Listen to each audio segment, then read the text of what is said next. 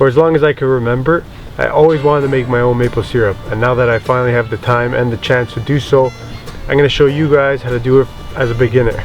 Now to start, all I really did was did some research on how to identify maples in the winter and in the summer. Now I wasn't too confident in what kind of trees there were in my front yard and in my backyard.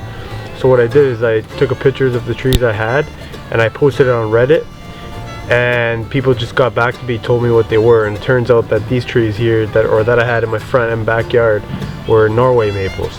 Now these trees, they originated from Europe, and they're known to kind of interfere with our native maples here in Canada. But for some reason, all the city planners in all these suburbs here, and even in the States, they decided to plant these trees basically everywhere. So there's a high chance you or your neighbor probably has it on their property. Now the kind of maple syrup we're all used to comes from the sugar maple, and that's the kind of sweetest maple of them all, but you could also make syrup with all the other maples. It just won't be as sweet as the sugar maple, right? Now I bought these taps and hoses off Amazon. They were about 30 bucks for 6 of them, and I've been using them so far.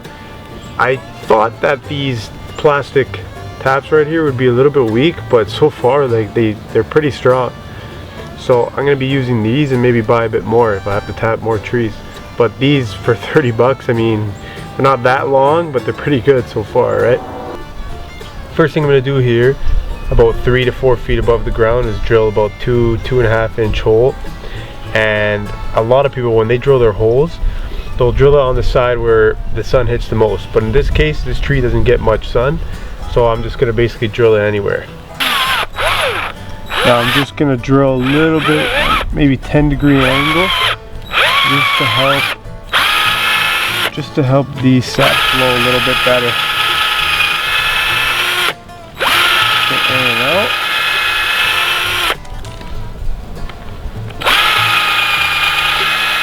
Now because it's evening, you might not see some sap flow out.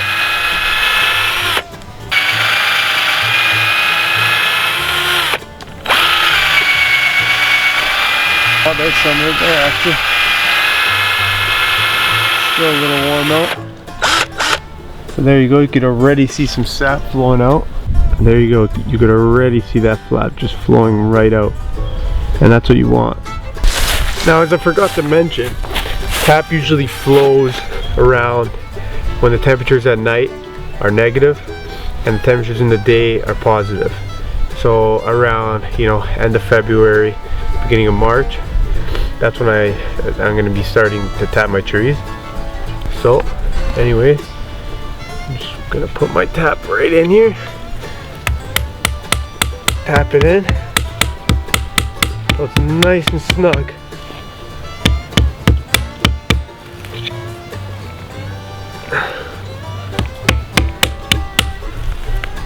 And now you can already see, now I just grabbed a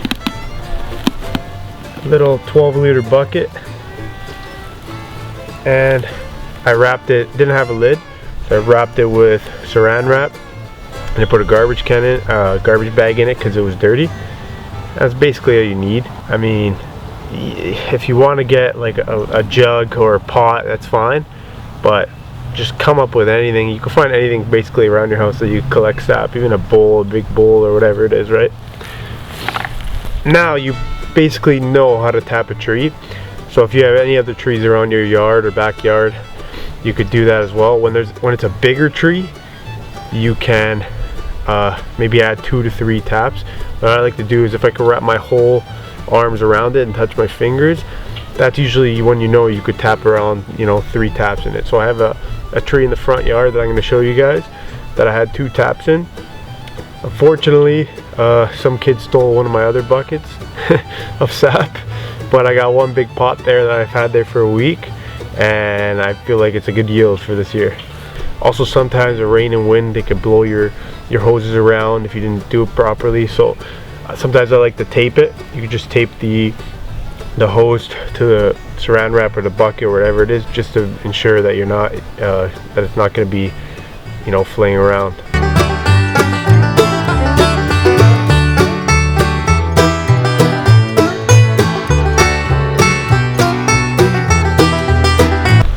Now this is my setup from maybe 4 or 5 days ago. So I just got one of these big 15-liter water jugs, and as you could already tell, you can see some of that sap in there. It's not quite full yet, but I'm satisfied. So that's actually on the same tree, and this tree actually spits right up into 2. So I'm taking advantage of these 2 trunks right here. Now this is one of the trees that I tapped in my front yard. It's quite a big tree, so I actually had 2 taps. But for some reason someone stole my other jug, so now I just got 1 now, but you can kind of see how much is actually in there. Like, this is a, you know, big full pot. Now you can kind of see that the tree right now looks like it's leaking. That's because with my 2 other bits I broke in there, and then I tried stuffing it thinking it would seal it, but that didn't happen.